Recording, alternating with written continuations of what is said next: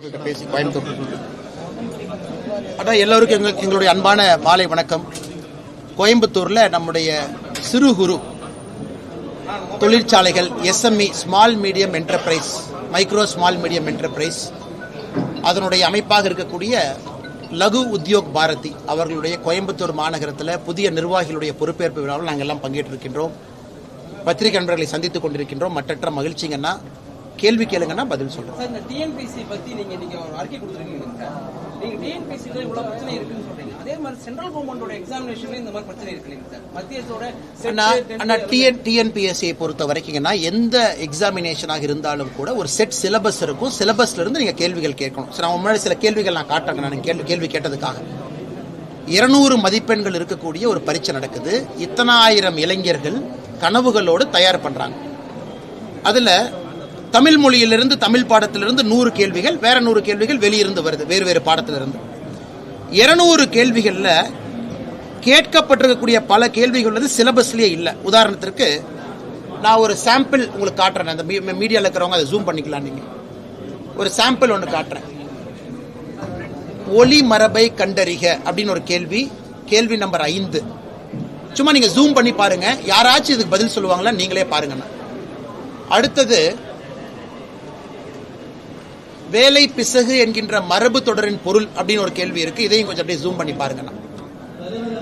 அடுத்தது ஒரு பொருத்தம் 4 கொடுத்திருக்காங்க. நான் சும்மா இருக்கிற சில சாம்பிள் கேள்விகள் இதை மட்டும் காட்டுறேன்.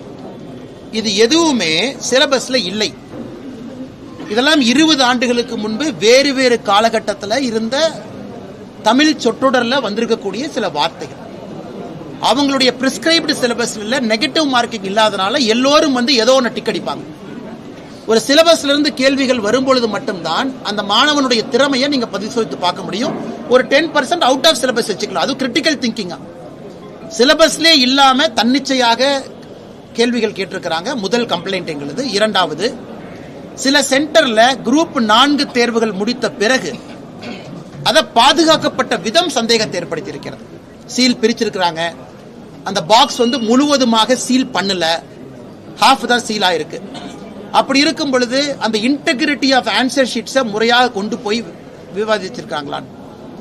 ஏன்னா லட்சக்கணக்கான மாணவ செல்வங்கள் எழுதக்கூடிய குரூப் 4 ஒன்று தேர்வுகள் முறையாக இல்லை, தேர்வு நடந்து முடிந்த பின்பு அதை பாதுகாக்கப்பட வேண்டிய விதமும் முறையாக இல்லை என்பது எங்களுடைய குற்றச்சாட்டு. இது இவங்க என்ன சொல்றாங்கன்னா, ஒரு தேர்வு கடினமா இருக்கலாங்கன்னு, அது வேற. ஆனா தேர்வு சிலபஸுக்குள்ள இருந்து வரணும். அதனால் இன்னைக்கு திராவிட முன்னேற்ற கழகம் ஆட்சியில் இருக்கிறாங்க. அதுக்கு இதுக்கு பதில் சொல்றதை விட்டுட்டு நீ மத்திய அரசு நடத்தக்கூடிய தேர்வுகளை பாரு அப்படின்னு திமுக சில பேர் குற்றச்சாட்டு வைக்கிறாங்க. சோ மத்திய அரசு நடத்தக்கூடிய தேர்வுகளை எது சிலபஸ்க்கு வெளியே வந்திருக்குன்னு சொல்லுங்கண்ணா. நானே அவங்க சார்பா நானே போராடுறேன், அது வேற.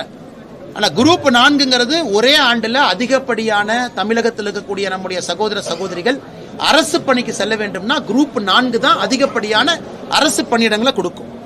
இந்த ஆண்டு நடத்தப்பட்ட தேர்வு சரியில்லை என்பது என்னுடைய குற்றச்சாட்டு. மாணவ செல்வங்கள் எல்லாம் சொன்ன பிறகு அதை அனலைஸ் பண்ணிட்டு நான் உங்க முன்பு குற்றச்சாட்டாக பத்திரிகை நண்பர்கள் முன்பு நாங்கள் வைத்திருக்கிறோம்.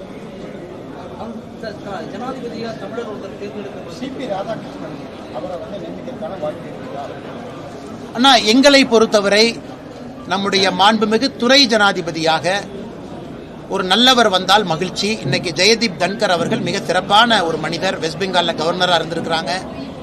இன்னைக்கு அவருடைய உடம்பு சரியில்லாத காரணத்தினால வெளியே வந்திருக்கிறாங்க. உங்களுக்கே தெரியும், இன்னைக்கு நிறைய எதிர்க்கட்சி நண்பர்கள் பொருளையே கிளப்புறாங்க. மார்ச் மாசம் 8, 9, 10, 11 எய்ம்ஸ்ல கார்டியாக் டிபார்ட்மெண்ட்ல அட்மிட் ஆயிருந்தாங்க.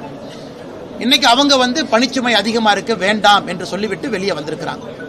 அதனால் யாரு தேர்வு செய்யப்பட்டாலும் நல்லவர்கள் எங்களுக்கு மகிழ்ச்சி. அதுவும் குறிப்பாக நம்முடைய தமிழ்நாடு, ஏன்னா நான் ஒரு கட்சி, நான் ஆளுங்கட்சியினுடைய ஒரு தொண்டனாக இருக்கும் பொழுது நான் சில விஷயத்தை ஓப்பனா பேசினது தப்பா போயிருங்கன்னா, அதிலும் குறிப்பாக ஒரு தமிழர் வந்தா எங்களுக்கு சந்தோஷம். ஆனால் இந்தியாவில் யார் நல்லவர்கள் வந்தாலும் எங்களுக்கு சந்தோஷம் தான். ரொம்ப தவறுங்கன்னா, அந்த வீடியோவை நான் பார்த்தேன்.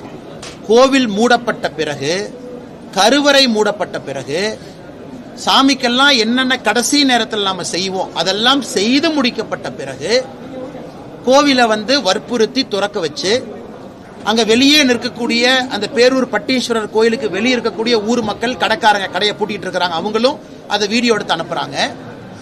அப்படி சண்டை போட்டு கோவிலை திறந்து கடவுள்கிட்ட போய் அப்படி என்ன பிரார்த்தனை வைக்க போறாங்க?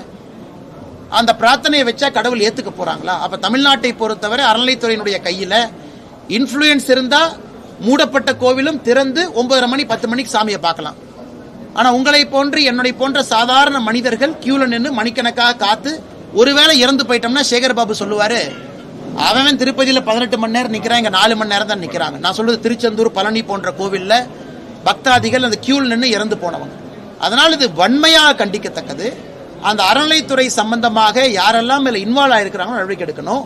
யாரு சாமியை தரிசனம் செய்த அந்த நபர் யார் வற்புறுத்தி திறக்க வச்சாங்களோ அவரின் மீது நடவடிக்கை எடுக்கணும். அப்படி எடுக்கவில்லை என்றால் ஒரு சாதாரண மனிதருக்கு கோவிலின் மீது எப்படி மதிப்பு மரியாதை வருங்கன்னா?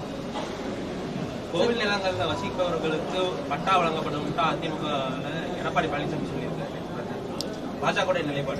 பாஜகவுடைய நிலைப்பாடு பல ஆண்டு காலமாக நம்முடைய அண்ணன் ஹெச் ராஜா அவர்கள் நம்முடைய பாரதிய ஜனதா கட்சியினுடைய தேர்தல் அறிக்கையை தயாரிச்சுக்கிட்டு இருக்கிறாங்க. ஹெச் ராஜா அண்ணன் பல இடத்துல இதை பத்தி பேசியிருக்கிறாங்கன்னா, குறிப்பாக கோவில் நிலத்தில் இருக்கக்கூடிய சொத்தை எல்லாம் முதல்ல மீட்கணும் அப்படிங்கறதா எங்களுடைய நோக்கமே. எத்தனையோ சொத்துக்கள் கிட்டத்தட்ட 1 லட்சம் ஏக்கர் நான் பல இடத்துல பேசுறேங்கன்னா, 1 லட்சம் ஏக்கர் இன்னைக்கு உங்க 5.25 லட்சம் ஏக்கர் தான் காட்டுறாங்க. அதுலயே 1 லட்சம் ஏக்கர் காணாம போயிருச்சு. அது கோவிலுடைய சொத்து. இரண்டாவது, கோவில்ல ஆல்ரெடி இருக்கிறவங்க அதை ரெகுலரைஸ் பண்றதுக்கு ஒரு ப்ரொசீஜர் இருக்குங்க. அது நிலம் கோவில் நிலமாக இருக்கட்டும், அவங்கள ரெகுலரைஸ் பண்றதுக்கு ஒரு ப்ரொசீஜர் இருக்கு. அதுக்கு பல இடத்துல நம்ம மாதம் கட்டணம் வாங்குறோம். அவங்ககிட்ட வருடம் நாம அவங்ககிட்ட ஒரு நிலுவைத் தொகையை வாங்கிக்கிறோம். பல இடத்துல இது இருக்கு. இன்னைக்கு தமிழகத்துல நம்ம எல்லோரும் இணைந்து அரசியல் கட்சிகள் தலைவர்கள் எல்லாம் இணைஞ்சு இதற்கான ஒரு சொல்யூஷன் ஏற்படுத்தணும். இன்னைக்கு அனைத்து இந்திய அண்ணா திராவிட முன்னேற்ற கழகம் அவங்க ஒரு பிரச்சனையை வச்சிருக்கிறாங்க. அதை பத்தி நான் கருத்து சொல்ல விரும்பலீங்கன்னா, அவங்க கட்சியினுடைய கொள்கை நிலைப்பாடு மக்கள் முன்னாடி வைக்கிறாங்க. நான் தனியா ஒரு கட்சி கூட்டணியில் இருந்தாலும் நான் சொன்ன அது தவறா போயிருங்கன்னா, என்னை பொறுத்தவரை அந்த 1 லட்சம் ஏக்கர் ஆல்ரெடி எத்தனையோ ஜாம்பவான்கள் என்கரேஜ் பண்ணி வச்சிருக்கிறாங்க. அதுல வாடகையே வரல. முதல்ல அதை புடுங்குவோம். ஆல்ரெடி இருக்கக்கூடிய நிலத்தில் இருக்கிறவங்க 1 ரூபா 2 ரூபா வாடகை கொடுக்குறாங்க. அதை முதல்ல வாங்குவோம். 99 ஆண்டுகள் வாடகை ஏற்றப்படாம பல இடமெல்லாம் இருக்கு. அதை வாங்குவோம். இதையெல்லாம் முதல்ல செய்ய வேண்டும். இதை பற்றி அதிகாரப்பூர்வமாக எங்களுடைய மாநில தலைவர் அவர்களும் ஹெச் ராஜா அண்ணன் எல்லா வருஷமும் அவர் தான் மக்களை சந்திச்சு எங்களுடைய தேர்தல் வாக்குறுதியை மக்கள் முன்னாடி வைக்கிறாங்க. அவர்கள் ஸ்பெசிபிக்கா கருத்து சொன்னா சிறப்பா இருக்கும். பட் என்னுடைய கருத்து இருக்கக்கூடிய சொத்துக்களை முறையாக நிர்வாகம் செய்வதற்கு நாம் ஒரு படி எடுத்து வைக்க வேண்டும் என்று சொல்லுகின்றனர். மக்கள் மனசுல என்ன இருக்குன்னு சொல்லி திமுகவோட சர்வே முடிவுகள் எப்படி பாக்குறீங்க? நான் சர்வே பார்க்கலானே. அவர் சர்வே முடிவு வந்துருச்சானே? எதுக்குன்னே சர்வே பண்றாங்க? ஒரு 20 சீட்டு ஜெயிக்கிற கட்சி எதுக்கு சர்வே பண்ண போறாங்க? மக்கள் மனசுல கோபம் இருக்கு. மக்கள் மனசுல திராவிட முன்னேற்ற கழகம் ஆட்சிக்கு வரக்கூடாதுன்னு இருக்கு. இதற்கு முன்பு திராவிட முன்னேற்ற கழகம் சந்தித்த படுதோல்வி நமக்கு தெரியும். ஒரே ஒருத்தர் ஜெயிச்சாங்க. யாரு ஜெயிச்சாங்கன்னு நமக்கு தெரியும். 2 பேர் ஜெயிச்சாங்க. அந்த 2 பேர் யாருன்னு நமக்கு தெரியும்.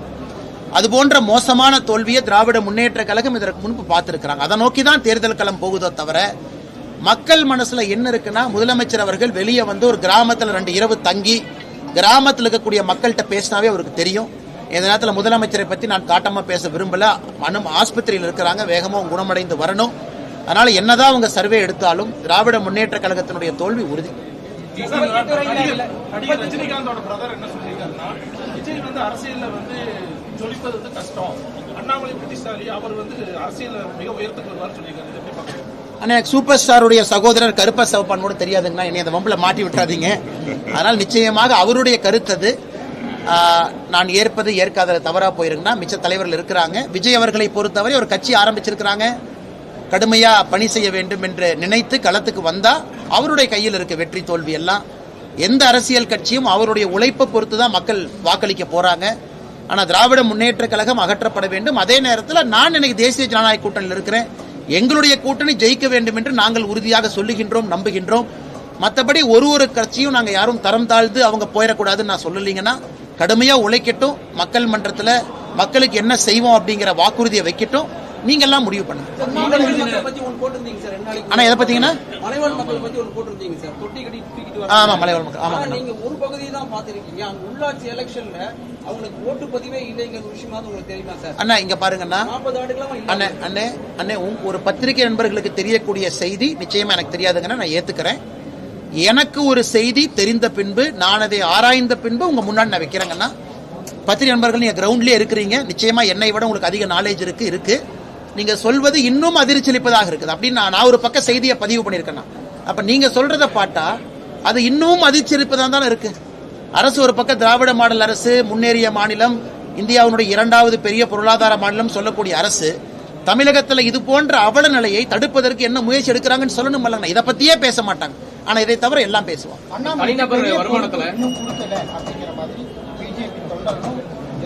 அண்ணே, இதை விட பெரிய பொறுப்பு என்ன? நிம்மதியா இருக்கோம், தொண்டரா இருக்கிறோம், கட்சி கொடுக்கக்கூடிய வேலையை செய்யறோம். கட்சி புதிய தலைவர் வரணும், அவர்கள் முடிவு செய்வார்கள். இன்னைக்கு எல்லா இடத்துலயும் இருக்கிறோம். மாநில தலைவராக இருந்த பொழுதும் செய்த பணியை அப்படியே தான் செய்யறாங்கன்னா உங்களோட அப்படியே தான் இருக்கேன். பத்திரிகை மட்டும் ஏன்னா தலைவர் இருக்காங்க, அவங்க பேசட்டும் அப்படிங்கறக்காக அதிகமா பத்திரிகை நண்பர்களை சந்திப்பதில்லை. தலைவர் அந்த கருத்து வைக்கட்டும் அப்படின்னு. மற்றபடி நான் செய்யக்கூடிய பணியில 1% கூட எங்கேயும் குறைச்சிக்கல இல்லைங்கண்ணா. கட்சி எப்பொழுது முடிவு பண்ணுதோ அவங்க கொடுக்கட்டுங்கண்ணா.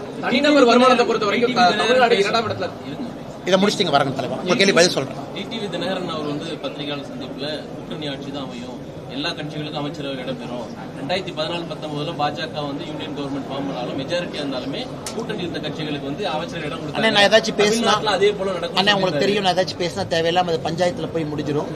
ஆனால் நான் முதல்ல இருந்து நான் தெளிவா சொல்லிட்டு இருக்காங்கன்னா, எங்களுடைய தலைவர் சொன்னதை திரும்ப திரும்ப நான் சொல்றேன். இன்னைக்கு நான் மாநில தலைவர் நயினார் நாகேந்திரன் அவர்கள் எங்களுடைய தலைவர்கிட்ட விட்டு அவங்க சம்பந்தமா பேசட்டும். பட் என்னுடைய கருத்து நான் தொடர்ந்து உங்கள்கிட்ட வச்சுட்டே இருக்கிற கட்சியினுடைய தொண்டர் தலைவர்கள் சொன்ன கருத்து. அதனால பொறுத்துருங்க, சரியான நேரத்தில் எல்லாம் பேசுவாங்க.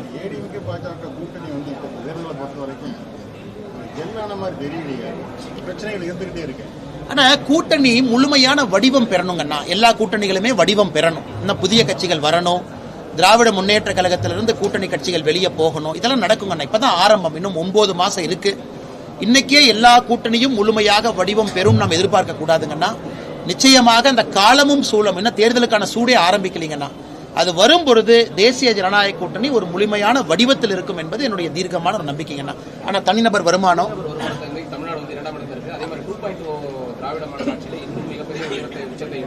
சரிங்கண்ணா. திராவிட மாடல் ஆட்சி வர்றதுக்கு முன்னாடி தமிழகம் எங்க இருந்துச்சுங்கண்ணா? கர்ம வீரர் காமராஜர் ஐயா காலத்துல தமிழகம் எங்க இருந்துச்சு? இதெல்லாம் பேசவே மாட்டாங்க அவங்க. கர்ம வீரர் காமராஜர் ஐயா தன்னுடைய ஆட்சியை முடிச்சுட்டு 1954 63 ஆட்சியை முடிக்கும் பொழுது தமிழகம் முன்னாடி தான் இருந்துச்சு. தமிழகம் நீர்ப்பாசனத்தில் இந்தியாவிலே முதன்மையா தான் இருந்துச்சு. அப்ப எல்லாம் முன்னாடி தான் இருந்தோம். ஏன் டாக்டர் எம்ஜிஆர் ஐயா புரட்சி தலைவர் ஆட்சி காலத்தில் தமிழகம் எங்க இருந்து? முன்னாடி தான் இருந்துச்சு. இவங்க எப்படி வாயிலே வட சொல்றாங்கன்னா, திமுக என்கின்ற கட்சி தோன்றிய பிறகுதான் நீங்கள் நானும் சட்டை போட்டுட்டு நாகரிகமா இருக்கிற மாதிரி கதை பேசுறாங்க. திராவிட முன்னேற்ற கழகம் வந்த பிறகு, ஆட்சி குறிப்பாக இந்த ஆட்சி வந்த பிறகு தமிழகத்தினுடைய தொழில்துறை கீழே போக ஆரம்பிச்சிருக்கு. உத்தரப்பிரதேசம் போன ஆண்டு தமிழ்நாட்டை விட அதிகமான ஸ்டார்ட் அப் ரெஜிஸ்டர் பண்ணிருக்காங்க. நீங்க ஹரியானாவினுடைய பெர் கேபிட்டா ஜிஎஸ்டி தமிழகத்தினுடைய பெர் கேபிட்டா ஜிஎஸ்டியை விட ஹரியானா அதிகம். நீங்க எல்லா குறியீடுகளும் எடுத்து பாருங்க. 2வது இருக்கும், இதற்கு முன்பு 2வது இருந்தோம். ஆனா 3வதுக்கும் 2வதுக்கும் இருக்கிற கேப் குறைஞ்சிருக்கு. 4வதுக்கும் 2வதுக்கும் இருக்கிற கேப் குறைஞ்சிருக்கு. அதனால 2030 வரும் பொழுது இப்பவே உத்தரப்பிரதேசம் தமிழகத்தை தொட்டுக்கிட்டு இருக்காங்க. மிகப்பெரிய மாநிலமாக, இந்தியாவுடைய 2வது பெரிய மாநிலமாக. கர்நாடகாவுக்கும் நமக்கும் இருக்கிற கேப் குறைஞ்சிருச்சு. அந்த பொய்யே சொல்லவே மாட்டாங்க. அதை வந்து சொல்லவே மாட்டாங்க, பொய்யா பேசுவாங்க. இதுக்கு முன்னாடி 2வது இருந்தோம், 2020 2வதா இருந்தோம், 2025 2வதா இருக்கும். ஆனா திமுக வந்த பிறகு கேப் குறைய ஆரம்பிக்குது.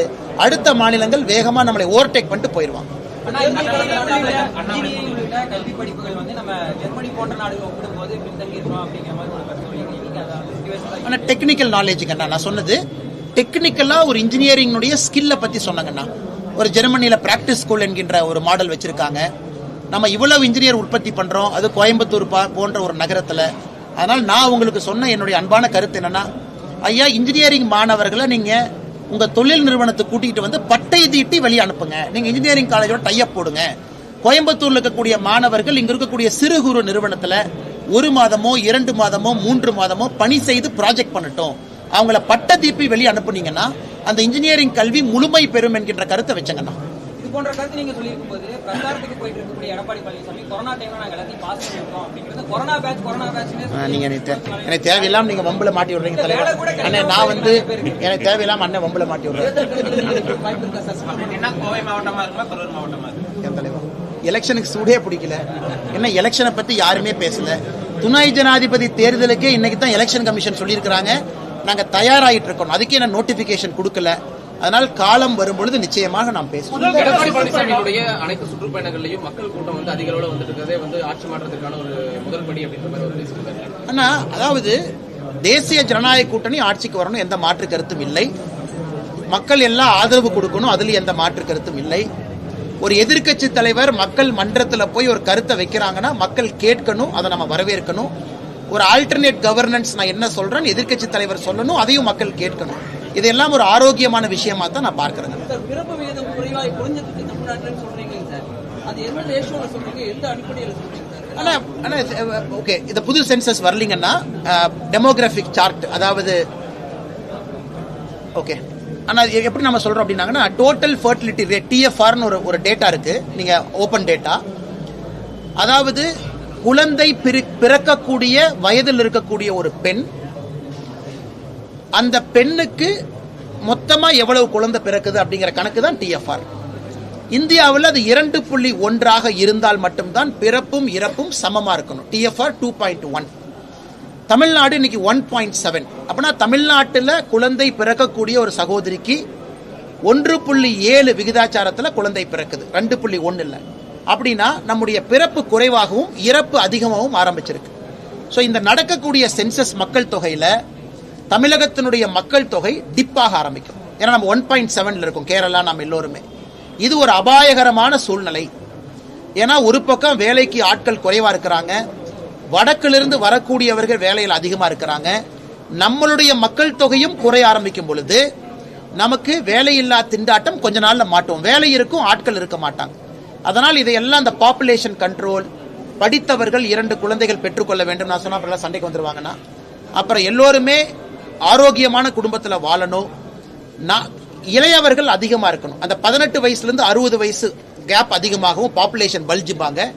60 வயதுக்கு மேல இருக்கிறவங்க கொஞ்சம் குறைவாக இருக்கணும். தமிழகத்தை பொறுத்தவரை அந்த கிராஃப் மாற ஆரம்பிச்சிருக்கு. இது எந்த அரசியல்வாதி மேலேயும் குற்றச்சாட்டு இல்லைங்கன்னா, ஒரு மாநிலம் வளர வளர இந்த பிரச்சனை வரத்தான் செய்யும். நாம இன்னைக்கு வளர்ந்துட்டோம், இந்த பிரச்சனை வருது. யூபி எல்லாம் 2.7 இருக்கிறாங்க, டிஎஃப்ஆர் 2.7, பீகார் 3.1. அங்கெல்லாம் இன்னும் யங்ஸ்டர்ஸ் அதிகமா இருப்பாங்க. ஸோ இந்தியாவுடைய பொருளாதார சூழ்நிலை மாற ஆரம்பிக்கும் இன்னும் 10 ஆண்டுகள்ல. அதற்கு நாம் தயாராக வேண்டும். அரசியல்வாதிகள் இதை பத்தி பேசணும். ஆனா நிறைய நேரம் இதை பத்தி நம்ம பேசாம உப்பில்லாத சப்பில்லாத விஷயத்துல பேசிட்டு இருக்கோம். இதெல்லாம் பாலிசி மேக்கிங்குள்ள வர வேண்டும் என்பதற்காக தான் அந்த கருத்தை நான் முன்வைக்கிறேங்கண்ணா. சரிங்கண்ணா, ஆமாங்கண்ணா. ஆனா இல்லைங்கண்ணா, நம்முடைய கட்சியின் சார்பாக யார் கலந்துக்கணுமோ அவங்க கலந்துருக்கிறாங்க. கட்சியினுடைய மாநில தலைவர், கட்சியினுடைய சார்பாக இருக்கக்கூடிய மத்திய அமைச்சர், நம்முடைய அகில இந்திய தலைவருடைய பிரதிநிதி எல்லாம் கலந்துக்கிறாங்கன்னா அந்தந்த பகுதியில் எல்லோருமே கலந்துக்கிறாங்க. நான் தொண்டனா இருக்கிறேன் தலைவா, நான் தொண்டனா தான் இருக்கிறேன். என் சார்பாக தலைவர் யாரு கலந்துக்கணுமோ எல்லாரும் கலந்துருக்காங்க.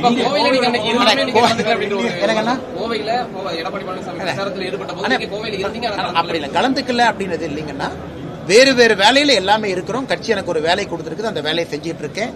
கலந்து கொள்ள கூடாது, கலந்துக்கணும் அப்படின்னு இல்ல. கட்சியின் சார்பாக யார் கலந்துக்கணுமோ அவங்க கலந்துக்கிறாங்க.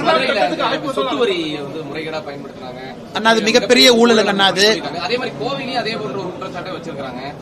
கோவிலையும் சொத்து வரி பல்வேறு வரிகள் வந்து கடுமையாக உயர்த்தி இருக்கிறாங்க அப்படின்னு சொல்லி இதுக்கு அண்ணா மதுரையில இந்த சொத்து வரி மோடஸ் ஆபரண்டியை பார்த்த பிறகு தமிழ்நாடு முழுவதுமே எஸ்ஐடி போட்டு இன்வெஸ்டிகேட் செய்ய வேண்டும் என்பதும் எங்களுடைய கருத்து.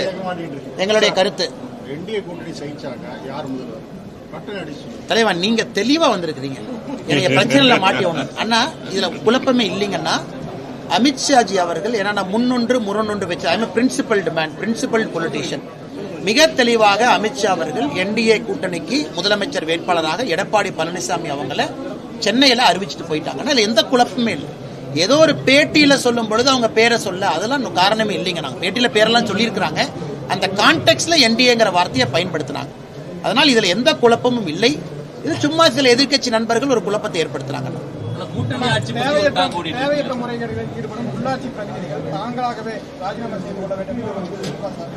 அப்படின்னா எல்லாரும் திமுக ராஜினாமா தான் பண்ணும். அந்த மாதிரி ஸ்டாலின் ஐயா யாராவது முறைகேட்டில் ஈடுபட்டு இருக்கக்கூடிய உள்ளாட்சி பிரதிநிதி ராஜினாமா பண்ணணும்னா திமுகவுடைய கேபினெட் எல்லாரும் ராஜினாமா பண்ணணும், திமுகவுடைய உள்ளாட்சி பிரதிநிதிகள் எல்லாரும் ராஜினாமா பண்ணணும். முதலமைச்சர் ராஜினாமா பண்ணுமாங்கிறது அவர் மனசாட்சிக்கு விட்டுறாங்கண்ணா. ஏன்னா தொடர்ந்து டிஎம்கே ஃபைல்ஸ் தொடர்ந்து பேசுறாள், நானு தொடர்ந்து ஊழல் குற்றச்சாட்டை வைக்கிறாள், நானு உள்ளாட்சியிலும் ஊழல் குற்றச்சாட்டு மதுரையில வெளியே வந்திருக்குன்னா எல்லா இடத்துலயும் தணிக்கை பண்ணணும், இன்வெஸ்டிகேட் பண்ணணும். அதனால் முதலமைச்சர் அது போன்ற கருத்தை வைக்கிறாங்கன்னா திமுக காரங்க மொத்தமா ரிசைன் பண்ணிட்டு வீட்டுக்கு போயிருக்கு. சார் 100 நாள் வேலை திட்டத்தில் 19,000 போலி கணக்குகள் தமிழ்நாட்டில் இருக்குன்னு சொல்றாங்க சார். 100 நாள் வேலை வாய்ப்பு திட்டத்தில் நிறைய போலி கணக்குகள் தமிழ்நாட்டில் இருப்பது உண்மைதான். இதை ஆதாரப்பூர்வமாக ஈரோடு மாவட்டத்தில் 2 பஞ்சாயத்தை சர்வே பண்ணி அதை முழுவதுமா டாக்குமெண்ட் பண்ணி மத்திய அரசுக்கு நாம் அனுப்பியிருக்கோம். அந்த காப்பியை கோயம்புத்தூர் வாட்ஸ்அப் குரூப்ல அனுப்புற லெட்டர் உங்களுக்கு போட்டுறேன், நீங்க பாருங்க எப்படி ஊழல் பண்ணிருக்காங்க, எப்படி ஃபேக் அக்கௌண்ட் கிரியேட் பண்ணிருக்காங்கன்னு. அதனால் சகோதரர் சொல்லியிருக்கக்கூடிய நம்பரை பத்தி எனக்கு தெரியல. ஆனா தமிழ்நாட்டில் 100 நாள் வேலைவாய்ப்பு திட்டத்தில் மிகப்பெரிய அளவில் ஊழல் நடப்பது என்பது உண்மை. சாம்பிளுக்கு 2 பஞ்சாயத்து டேட்டாவை இப்ப நான் உங்களுக்கு அனுப்புறேன். ஒரு 2 கேள்வி ஒட்டுக்கா கேட்டேன். தயவா நீங்க பிரச்சனையா தான் கேள்வி கேளுங்க, கொஞ்சம் ஈஸியா கேளுங்க, பிரச்சனை இல்லாத கேளுங்க. நிதிஷ்குமார் பேர் அடிபடுது. எதுனா நிதிஷ்குமார் பீகார் முதல்வருடைய பேரு வந்து பரிந்துரைக்கப்பட்டதாக நாங்கெல்லாம் செய்தியில போட்டிருக்கோம். அதனுடைய சூழல் சொல்லுங்க. பகிரங்கமா அறிக்கை வந்து எடப்பாடி ஐயா விட்டுருக்காரு, இந்த மாதிரி சீமான் வரணும், விஜய் கூட்டணிக்கு வரணும். அண்ணா அது வந்து என்டிஏவுடைய சீஃப் மினிஸ்டர் கேண்டிடேட் அவங்க, பாரதிய ஜனதா கட்சியினுடைய தலைவர் அவங்க. நீங்க கேட்ட 2வது கேள்விக்கான பதில் அவங்க தான் சொல்லணுங்கண்ணா. நான் சொன்னது சரியா வராதுங்கண்ணா. முதல் கேள்விக்கு நான் பதில் சொல்றேங்கண்ணா. இன்னைக்கு துணை ஜனாதிபதி இன்னைக்கு ஜெய்தீப் தன்கர் அவங்க ரிசைன் பண்ணிருக்காங்க. 2027 வரைக்கும் டேர்ம் இருந்துச்சு. புதிதாக வரக்கூடிய துணை ஜனாதிபதி ரொம்ப முக்கியத்துவம் வாய்ந்த 5 ஆண்டுகள் இருக்க போறாங்க. அப்படி இருக்கும் பொழுது நிறைய பேர்கள் போதுங்கன்னா அது எல்லாமே ஸ்பெகுலேஷன் தான். நம்மை பொறுத்தவரை நம்முடைய கட்சியிலிருந்து தீர்மானம் செய்து பாரத பிரதமர் நரேந்திர மோடி அவர்கள் இன்னைக்கு இரவு யூகே போறாங்க, நேரடியா மால்டீவ்ஸ் போறாங்க யூகேல இருந்து, அங்கிருந்து தூத்துக்குடி வர்றாங்க. அதனால் பிரதமர் அவர்கள் இன்றிலிருந்து ஞாயிற்றுக்கிழமை வரைக்கும் வெளியிருக்கிறாங்க, சனி ஞாயிறு தமிழ்நாட்டில் இருக்கிறாங்க. அதனால் எல்லோரும் பொறுத்திருப்போம். நல்ல ஒரு பெயர், நீங்க தான் சொன்னீங்க தமிழ்நாட்டிலிருந்து வந்தா சந்தோஷம், எங்களுக்கு சந்தோஷம் தான். அது இந்தியாவிலிருந்து யார் வந்தாலும் நல்ல ஒரு பெயர் வரட்டும். ஏன்னா யூகங்கள் அதை பற்றி சொல்வது எனக்கு அனுமதி இல்லைங்கன்னா நான் சொல்லவும் கூடாது, எனக்கு தெரியவும் தெரியாது. சம்பந்தப்பட்டவர்கள் சரியான நேரத்தில் சொல்லுவாங்க. நன்றி அண்ணா.